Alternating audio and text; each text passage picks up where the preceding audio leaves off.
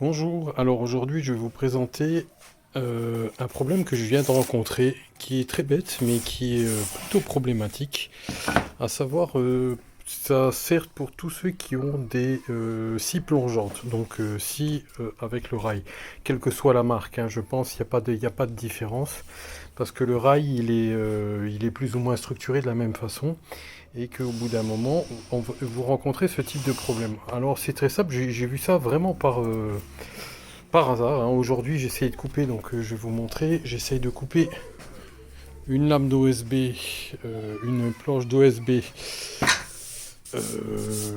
en diagonale là pour faire les montants des fenêtres du chien assis là de ce côté-là, là, la partie ici.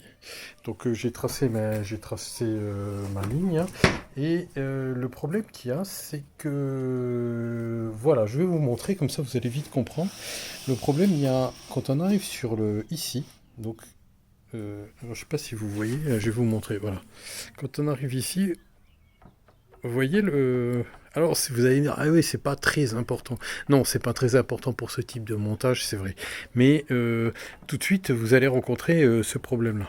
C'est-à-dire que le rail, comme il repose dans le vide, ici, sur cette partie-là, donc voilà, dans le vide, hein, pas grand-chose dans le vide, hein, mais il repose dans le vide. Et donc, du coup, ça fait fléchir un tout petit peu le plateau. Donc, plus on va loin, bien entendu, plus le plateau est fléchi. Et donc, bon, il y a une astuce toute simple, hein. Vous prenez une chute de la même épaisseur, voilà, hop, vous la glissez en dessous. Ce que je fais régulièrement, mais cette fois-ci, bon, je- voilà, hein, je fais ça régulièrement, donc ça doit couvrir la largeur de votre rail. Et là, vous avez plus le porte-à-faux du rail, ce qui fait qu'il n'y a plus l'effet de mouvement de la scie sur le rail. Donc voilà, plus de mouvement. Voilà, donc c'est une astuce toute bête. Beaucoup de le connaissent, d'autres qui ont eu le, comment ça s'appelle, qui ont rencontrent le problème quand c'est important, quand ça devient important, votre trait de scie ici, le trait de scie, et ben il n'est pas tout à fait, il n'est pas parallèle, surtout, il n'est pas perpendiculaire, je veux dire, à la face.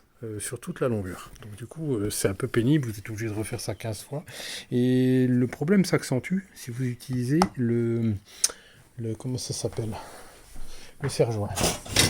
Vous utilisez le serre-joint pour caler votre plaque. Donc le serre-joint, celui-là c'est un festool, mais quel qu'il soit, hein, même même un serre-joint normal, hein, on va dire, pour caler votre rail. Si vous utilisez le serre-joint, le problème s'accentue énormément. Donc faites attention, quand vous faites ça, toujours avoir jamais avoir plutôt le rail en porte-à-faux, parce que sinon vous allez rencontrer ce problème-là. Donc là, moi j'ai, avec cette petite astuce toute simple, donc vous en mettez un au début, vous avez toujours des chutes de la même épaisseur, hein, c'est très rare que vous en ayez pas. Donc un au début, un à la fin, et puis vous pouvez couper sans problème, hein. Voilà, donc ça c'était la petite astuce, j'espère que ça vous servira. Allez, à la prochaine. Toujours pareil, pouce bleu, abonnez-vous à ma chaîne. Et puis voilà. Allez, à plus, ciao.